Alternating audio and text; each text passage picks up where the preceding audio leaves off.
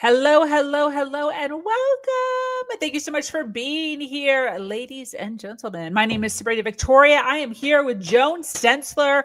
We are diving in. We got so much on our plate today that we're going to be talking about. Main thing is confidence and the fact that confidence is built. A lot of times we were thinking, oh, we're not born with the confidence. I got a low self-esteem. Joan's here. She's going to be giving us some insights, some tidbits and all of the goodness regarding confidence. So let's jump in. Let's get this party going. Get ready, because today's guest is about to change the way you view your world. This is Her Talk Show, hosted by Sabrina Victoria. I love this topic because it's not just going to be able to fuel our listeners' personal growth, but also their professional growth. Right? When we're working on our confidence, we're actually helping ourselves on both sides of the spectrum there, which is great. So listen, if you're listening live, welcome. If you're listening on the replay, make sure you hashtag replay wherever you're at. We'd love to send you some love in the comments. We're here every day. We delve into health, wealth, and leadership with some of the most brilliant women globally. We've interviewed over 600 women. And today, like I said, we have Joan Stenzler. She's a communication specialist, motivational speaker, and women's empowerment coach with 30 years of experience as a holistic psychotherapist. She helps smart, successful women who give so much to others. She helps them reclaim their time, their energy, and confidence by finding the courage to speak up. Ladies, set boundaries, ladies, and take bold action. Yes. Even when it scares them. Girl, I totally get that. Even when it scares you. I feel like predominantly all my everything when in regards to confidence scared me so badly. Why is this? Why does this scare us so bad? Well, first of all, I want to say thanks so much for having me. It's so nice to be here to talk about this subject. It's a really interesting question. I think that part of what happens with most women is that we'd like to be able to know that if we say something or do something, that there'll be a positive outcome. And most people want a positive outcome, but especially women. And I think that part of what happens is that there are so many possible things we worry might happen if we do the thing we want to do. So then we hesitate and we don't do it. The problem is, and we'll get into this in greater detail as we talk about it. The problem is that until you do the thing that scares you, you won't have the confidence to actually do the thing that scares you till after you do it. I mean, that sounds counterintuitive, but when you do the thing that scares you, then you say, wow, I did that. You feel a surge and a rush of excitement and enthusiasm. And then you feel like, wait a minute, that wasn't as bad as I thought, or that was hard, but I did it. Exactly. And I think that's what people are missing is that first step. You have to do something that scares you in order to get the confidence to do the thing that scares you. How did you do this? What's your story of confidence? I'd love to hear this. Were you always misconfident? It came and went. I was very lucky. I come from a family of very smart women and very, I don't want to say pig-headed, but some of them are actually very, very determined women, strong. And the way things went years ago in my mother's generation was you didn't think about whether or not you could do it. You didn't think about whether or not it would work. You just did it. You just did it. And you just did it and just did it. And they kept doing that. And the more they did that, the more they accomplished. So I was very lucky because I had really wonderful role models in my grandmother and in my mother who just would go out and do it. My mom was 53 when she graduated college. She was determined to go. She couldn't do it earlier in her life. And then she just said at some point, that's it, I'm going. And she went and she got a degree because she just felt she could. And so it's always been a help to me knowing that it's not about figuring out in advance, how you're going to feel, really self-assured about it going through it, but just knowing I want to do this and that's what I'm going to do. Yeah, that's great. That's great. So how did you end up in a realm where you are teaching confidence? Good question. Okay. So I have always found myself a magnet to people that have questions about how to do things and how to handle things. And this started when I was literally like 7. Mm. There were people that would come to me and ask me questions about how to deal with things. And I had always had a very strong affinity to people that were less confident. I always had a strong affinity to people that were having some challenges. And I've always been someone that has advocated for the underdog. And it's so wonderful to me. One of the things that's most wonderful about my work is when I'm helping a woman or helping a group that I'm running, women in the group I'm running, to be able to recognize that something they did was extraordinary. See it in their face, you can see it in their eyes, you can just hear it in their voice that, it's like, damn, I'm good, and that's always been such an important thing for me, to be able to stand with someone and until they gain the confidence for themselves, to actually lend them my confidence until they develop their own. Absolutely. Absolutely. When first of all, we have a ton of people already watching live. Thank you so much for being here, for hanging out with us. We're obviously talking on the subject of confidence. We're talking on the secrets to taking bold action. We have Joan here today. Joan, when it comes to women really stepping into their confidence and really prioritizing their own needs, right? Because a lot of that is what confidence is you're finally taking ownership of like your life and what you want to do, your time, your energy. Mhm. How does somebody begin this? What are the beginning steps to starting to prioritize themselves? Well, there are many different ways you can approach it. One of the things that I always say to people is, no is a full statement. Mm. No is a full statement. You can say no. Many women have a very hard time saying no. And I think that that's the key to so much of the challenges that most women have with prioritizing themselves. And there are many reasons why.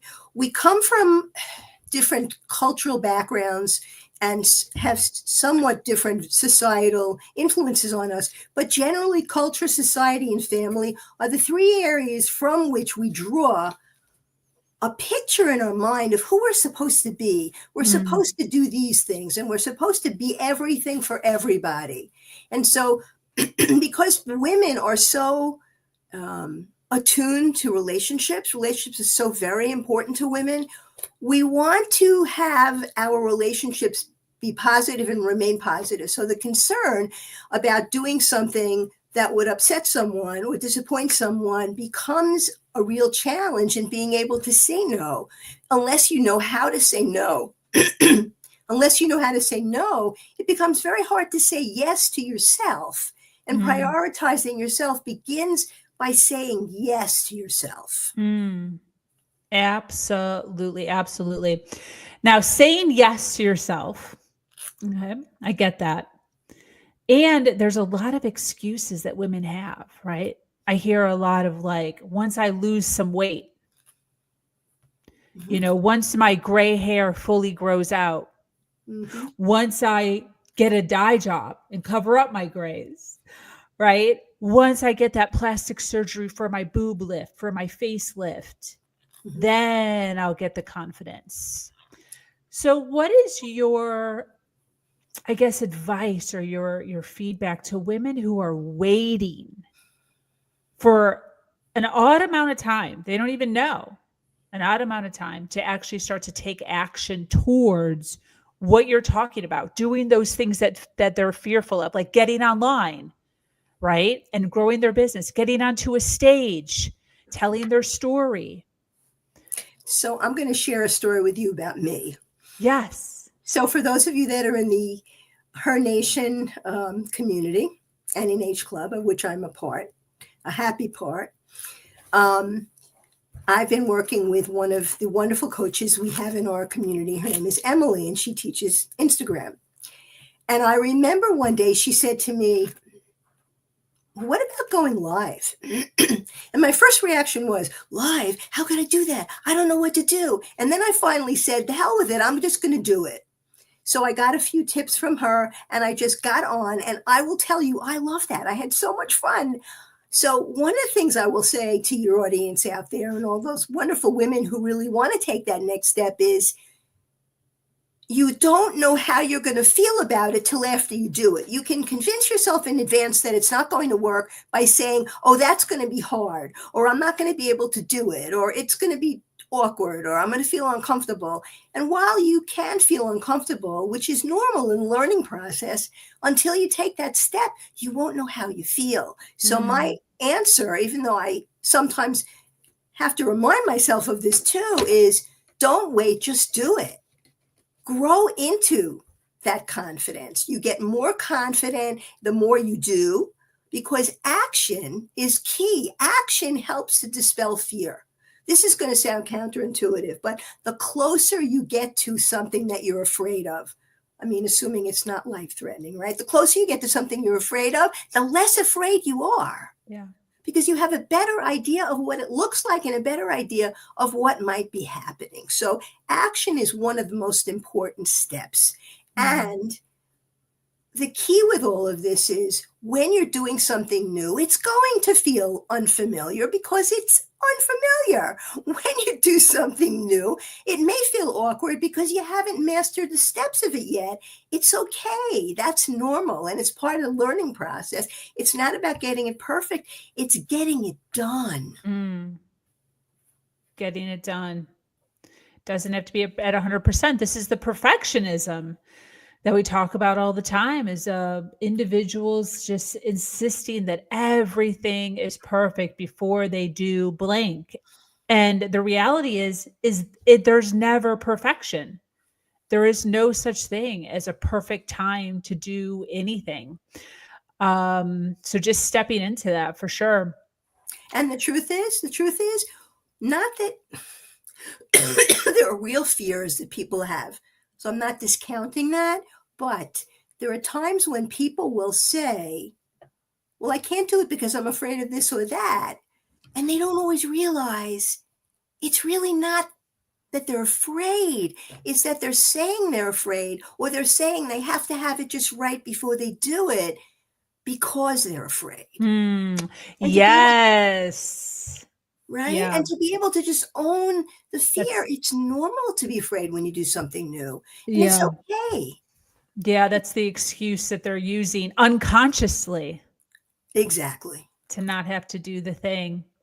Something that you said made me think of, like, sometimes people are like, I don't know what to say. Right? They're like nervous. Like if their boss is coming to them, they don't speak up because they don't know what to say. If they're in some sort of an argument, they don't say anything because they're afraid they're going to say something wrong or bad or different or stupid. They don't get onto stages or lives on social media because, like, oh, what if I trip up? What if it's awkward? So when it comes to individuals that are just uncertain or don't have a lot of confidence about their words, right?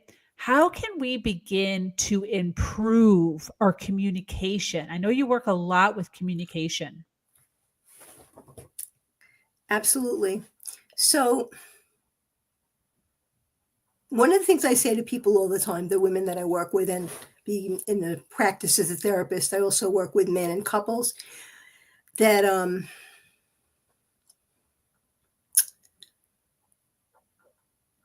finding the words is certainly an important part of it, but also getting clear on, before you even find the words, getting clear on whether or not the person you are considering having that conversation with is someone that has a history of listening, is someone that has a history of caring about what you have to say, is someone who has a history with you of showing an interest in hearing your opinion, even if it's different than yours. Even if it's different than theirs. That's one of the first things I say to people, because here's part of the challenge. We can set ourselves up and make whatever attempt we can come up with the best possible way to say something if we're saying it to someone who is somebody that I call a communication saboteur, it's just not going to work. They will Wow. not listen. You're not going to get any satisfaction, and it'll be like banging your head against the wall. So know your audience would be the first thing that I would say. And I Wow. specialize in teaching this to people who work with me. The second thing I would say is know the right time. If you feel that the person has passed kind of test number one, consider what would be a good time to have this conversation. Are you feeling eager to talk about something and you're rushing into it when that person is preoccupied with something else? If you do it at a time that's not the right time, it's not going to work, no matter how good the message. So check and see who your audience is, know your audience, and then also look for a time that's better. If it's a conversation with your partner or your spouse or a close friend or family member, try to find a time you can both agree on that seems good, and just say, hey, there was something I wanted to share with you. I'm just wondering if, you might have some time Sunday in the afternoon. When you feel that it's likely they're going to be available, wait for them to give their okay, and then you're more likely to have that conversation. So those things are very important in terms of finding a way to convey the message. This is my superpower. I help people with this all the time. We sit down, we look at a situation, and then I help them to literally script it out. How do you do that? Well, you want to find a way to focus on yourself and not have it be, not have it be a situation where you're pointing fingers. You want to say, when this happened, this is how I felt. I'm wondering what you think.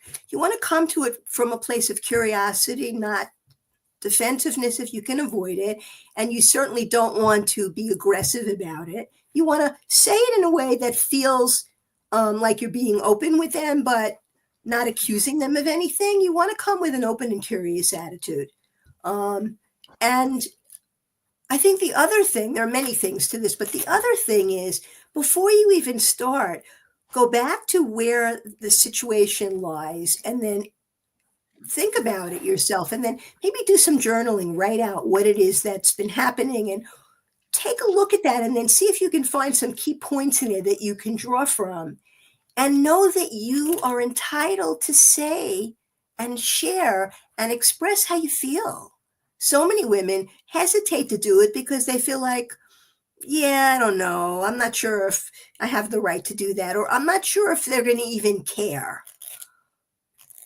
And hopefully that's not the case. If you know, however, that someone has shown you in the past that they don't really care, again, communication saboteur, and hopefully it's not someone you're super close with where you have to deal with that all the time. But so those are some of the suggestions that I have. Man, I love this. So clear and concise. And I know very well that those listening live or on the replay are like, yeah, yeah, absolutely. Um, and the main one, if you are talking to somebody who does appreciate you, love you, and is there for you, a lot of times doing it during the wrong time. Late for work, getting back from work, watching their favorite show or sports. So yeah, planning that out strategically so that it is a good time for both of you is so important. I want to talk about this communication saboteur, though. I love this phrase. Let's say somebody knows that they're speaking to somebody who does not care to listen.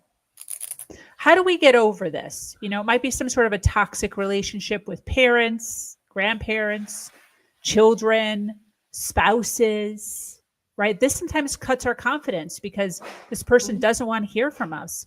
So having a conversation might not be the best. What are some things that we can do internally, or conversations that we can have internally? What are some things that we need to just recognize to be able to get on with our life and continue to build confidence with other people in other areas? Great question. I think there are a bunch of different things. First of all, it depends on how serious or how important the conversation is. If it's something that's low level and it has just to do with, hey, we said we were going out to dinner on the weekend, how is such and such a time? If it's that type of question, then it's less likely you're going to get pushback. If it's something that's more difficult or stressful, depending on what it is, you would want to decide whether or not, even if it's a more challenging and more important situation, you'd want to decide whether or not that person is the right person to speak to. Are there other people that are in the mix? So if it's a family situation and you have someone you know is more likely to say, hey, yeah, that's great, you could say, well, can you call them and tell them that's what we decided? I mean, that's a little bit of a cop-out on some level, but not necessarily, because it gives you the opportunity to create the plan with someone else that's part of the group and then have them convey it. In terms of having to talk to people directly, this is why therapists are in the world, to be very honest, because so many people, I can't even begin to tell you how many wonderful women are out there who have been through trauma and who have been through toxic family relationships and have bumped into this challenge over and over again. The first thing I want to say to every one of you who's out there listening is you deserve to be heard. Whether or not that person is capable of listening has nothing to do with you. You're there to share what's important to you, what matters, and you deserve to be heard. It's important, though, to know that it may not work with certain people, and you can try your best. You can come up with a way to express it. You can say it in a neutral way. You can try to find the right time, and sometimes it just falls flat. And if you've done the best you can with it and you love this person, even though they're driving you crazy because they're impossible when it comes to a conversation, then find a good therapist and get some help with figuring out how to process the frustration and how to process the challenges you're experiencing, because it's like you're hitting into a brick wall because they're not listening. One of the other things you can do, and it depends on, again, whether it's something that has to be addressed right away, one of the other things you can do is you can just decide not to have the conversation. You know, there are the idea as a woman of staying silent, okay, is always associated with I'm shrinking, right? With I'm keeping what I have to say to myself. I'm holding it in. I'm making myself small. And I'm here to say to everyone that's listening, that's not necessarily true.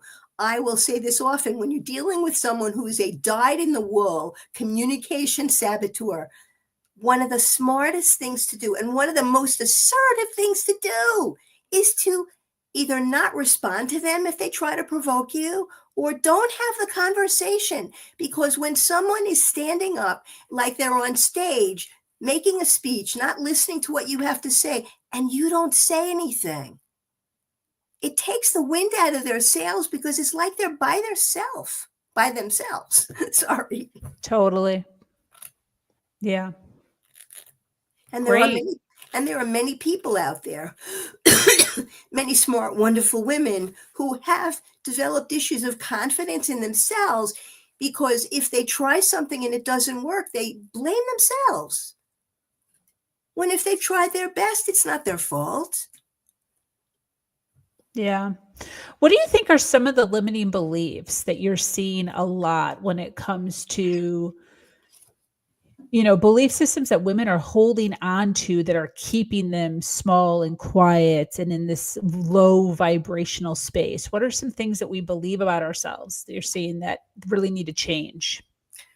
I'm not supposed to make waves, because that's not a good thing. I'm here to take care of everyone else. And if I don't, then there's something wrong with me. I'm not measuring up. I am not really supposed to take time for myself and make myself a priority, because here's the word that makes people really uncomfortable, and it influences people more than anything because it's selfish. It's selfish. And it's not selfish. We've been raised, again, in different families, but with similar messages from society, culture, and family that tell us we should do things in a certain way. And what is that way? That way is to do it in a way that accommodates everyone else except us. Mm. I was thinking about this yesterday, and one of the things that came to me is this. That has caused many women to develop what I call a false self. We step into these roles, we step into these beliefs and expectations that we're supposed to do things in a way that accommodates everyone else. And how we feel doesn't matter. What we need is not as important as what everyone else needs. That's not true. Wow. And it's very important to recognize that once you say to yourself, wait a minute, that's a false belief. Those are false beliefs that I've lived with all my life. How can I reframe that to say I'm as important as anyone else? Nobody gets to tell me how to live my life. Absolutely. Good stuff. Good stuff. I know that you have a retreat coming up that focuses on helping women move forward as far as their exhaustion, as far as their empowerment. What are some things that your attendees are going to be walking away with? Okay, so thank you for sharing that, and I will be happy to tell you. I have a women's empowerment retreat coming up on Saturday, March 29th from 11 o'clock until 2 p.m. Eastern Time. And it's going to be a specifically tailored event for those women that want to make themselves a priority. They want to finally take the time and take back their energy. And it's called Say Yes to You. And what we're going to be focusing on and what you'll come away with are the following. You're going to learn how to ask for support. Asking for help is very difficult for most women. And one of the reasons for that is that often there's pushback on the other side. So we're going to talk about how to ask for help and also how to deal with the pushback so you don't give in. Developing the confidence to say no. Like I said before, no is a sentence. No. Right? Breaking free from what I call the responsibility trap. We are so sucked in so much of the time into everything else that has to be done. And while we do want to do a lot of it, some of it isn't inherently on us to do. We've just taken it on because so many women have become accustomed to doing that. We're also going to talk about how to manifest your authentic self, looking at those false beliefs and the fears and the negative expectations that are so frequently things that we have taken on from others and have lost sight of or haven't been able to find ourselves. And we are, so we're looking at finding ways. We're looking at finding ways to connect with our authentic self. And finally, as part of it, how to find the courage to speak up. Again, this is my superpower. I help people with this all the time. And it makes me feel so wonderful when I see someone finally saying that thing that they've wanted to say. And so I am very excited about it. I'm looking forward to it. And in addition to the 3 hours on the 29th, we're going to be having an additional follow-up hour to discuss how everything's going, for me to offer some suggestions, and for the group to get together and talk about what it's been like for them since we got together. That is phenomenal. I love it. So it's Saturday, March 29th. And then what are the times again for those that want to attend? It's 11 a.m. until 2 p.m. Eastern Time. And I purposely did it on a Saturday because evenings are hard. I thought weekend would be good. It's, not quite warm in a lot of parts of the world yet. So it's still a little bit early. And it'll be an opportunity for us to gather. This is going to be online. For those of you who don't know, I don't usually include this in my intro because my intro could be like a mile long. I'm also a yoga teacher. I teach meditation. And part of what I specialize in is creating original meditations, affirmations, visualizations, and journaling. That's all going to be part of this. the idea is not just to talk about all this stuff, but to do it in a way where you've dedicated time for yourself, to make yourself a priority, and to step into that place of, let me just tap into what I'm feeling. Let me tap into what's most important to me, and then take the time to honor that and make some commitments to myself for how I can make myself a priority. Absolutely. Love that. Well, super excited about this. What's the cost for this retreat that you're hosting? So the regular cost is $197. For those who sign up between now and the end of the week, I'm taking $30 off. And on top of that, the first 5 people who register get a free session with me, which is a $250 value. So I love that. And then where can people find this? What's the link? Where should people go? I can provide you with a link, and we can Yeah, that'd add be it great. in here. And then people can go to the link and sign up. If people are interested in getting in touch with me, they can do that also. I can give you information on that. You can add in as well. People that are in H Club, if you're interested, please get in touch with me, because I have a special offer for you. And that would be a separate announcement. Yeah, definitely. And why is something like this so important? Why should women be attending this retreat? How is this going to just transform their life? Very good question. So, I want to tell you a story, and we'll go back to your question. Yeah. In July of 2020, after the first few months of the pandemic, and after we were all clear that we weren't going anywhere, I decided to reach out to a group of women that I know and ask if they wanted to join a women's group. Okay. So I created a program called Empowering Ourselves, and I had 7 people, and it was quite wonderful watching the transformation. This is an answer to what you just asked me. Okay. We had women in this group who had, none of them knew each other beforehand, totally unfamiliar, who came to me within a very short time and saying, I don't know what you did. I don't know how you did it, but somehow I feel closer to these women than I have with anybody else in my life. One of the reasons why I do what I do is because over many years, I have found that when you have women together in a group who are coming for the same reasons, they are caring, they are nurturing, they want to be there to show up and help one another, magic happens. Now, I'm very good at what I do. I'm very good at creating this environment, the space, the safety, running the group, handling all of the, creating all of the curriculum. It's in the interactions between the women in the group that's where the magic happens. We're co-creating a situation where sometimes people feel safe, literally for the first time in their life. And I've had people tell me this. I'm able to talk about this really difficult thing that's weighing heavy on my heart, or this challenging that I've had with my husband. And everyone understood and gave me support and feedback and encouragement. And then I went out and I did it. This is a place to join together with other women where you can get the support and the love and the encouragement that we all deserve, and that some of us don't have in our lives, but we can all use more of it. So Absolutely. Absolutely. Well, this has been phenomenal. I so appreciate you coming on and just sharing some of this goodness. Do you want to talk a little bit about, as we're kind of closing up here, I know you also run a circle community.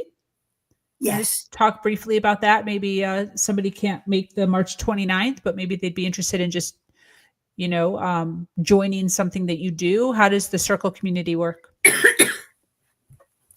So for those of you who don't know, I'm not on Facebook right now. I'm hoping to get back on it. So it's not a Facebook group. I have a Facebook group, which will hopefully be back in my possession very soon. I'm running something called a Confidence Circle. It's twice a week. It's totally free for anybody that wants to come. It is on Thank you very much. That's the page. Mm-hmm. It is on Tuesdays at noon Eastern time.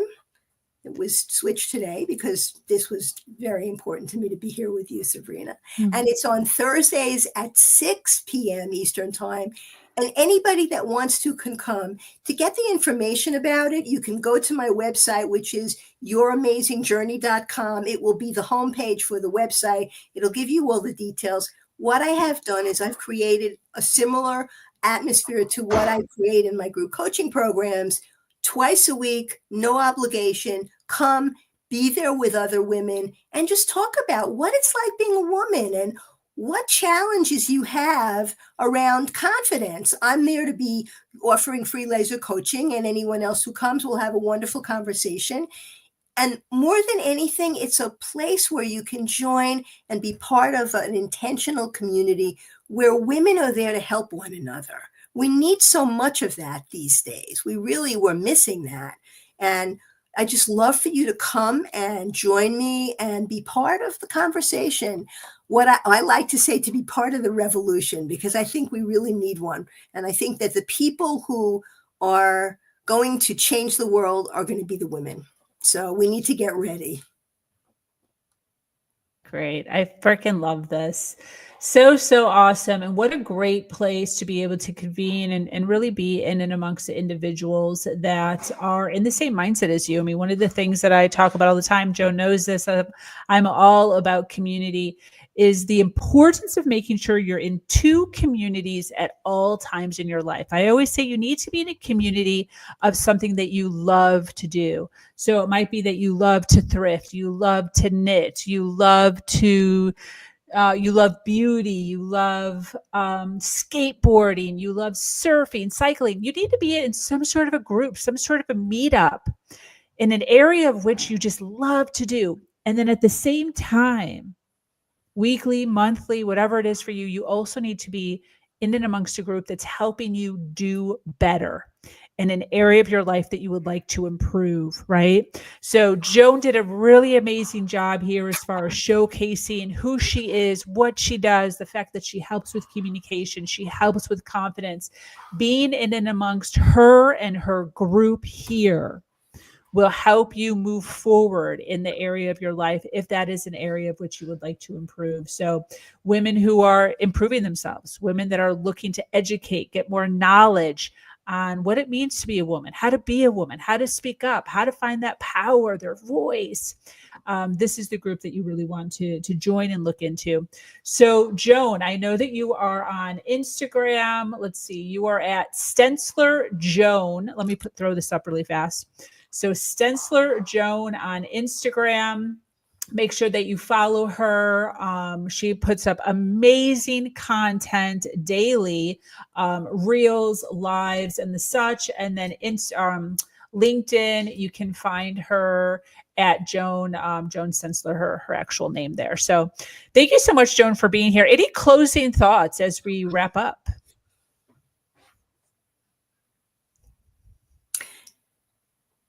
Never give up on yourself.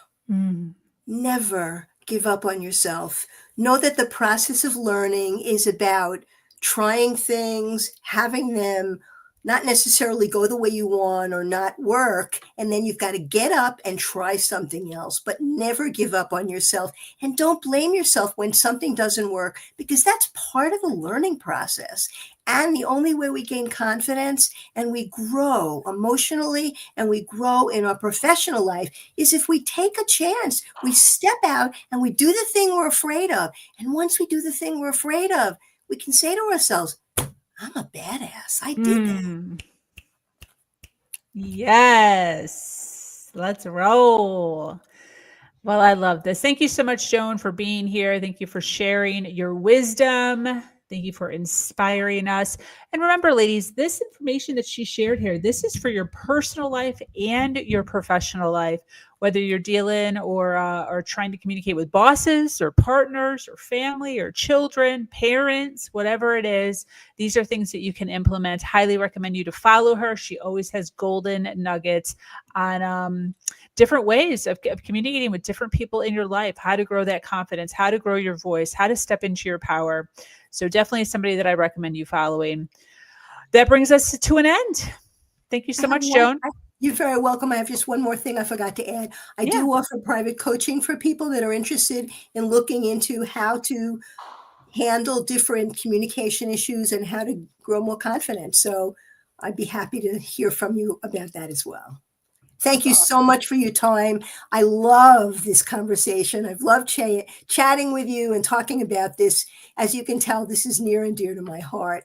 And I thank you listeners for tuning in, both now and those that will be looking at this on the replay. 100%. Thank you so much, Carol. Once again, I am your host, Sabrina Victoria. I run Her Talk Show, which is actually powered by my company, Her Nation Global. We continue to have conversations just like this one to make sure that we are lifting each other up every step of the way when it comes to every area of our life, our health, our wealth, and our leadership. Until next time, do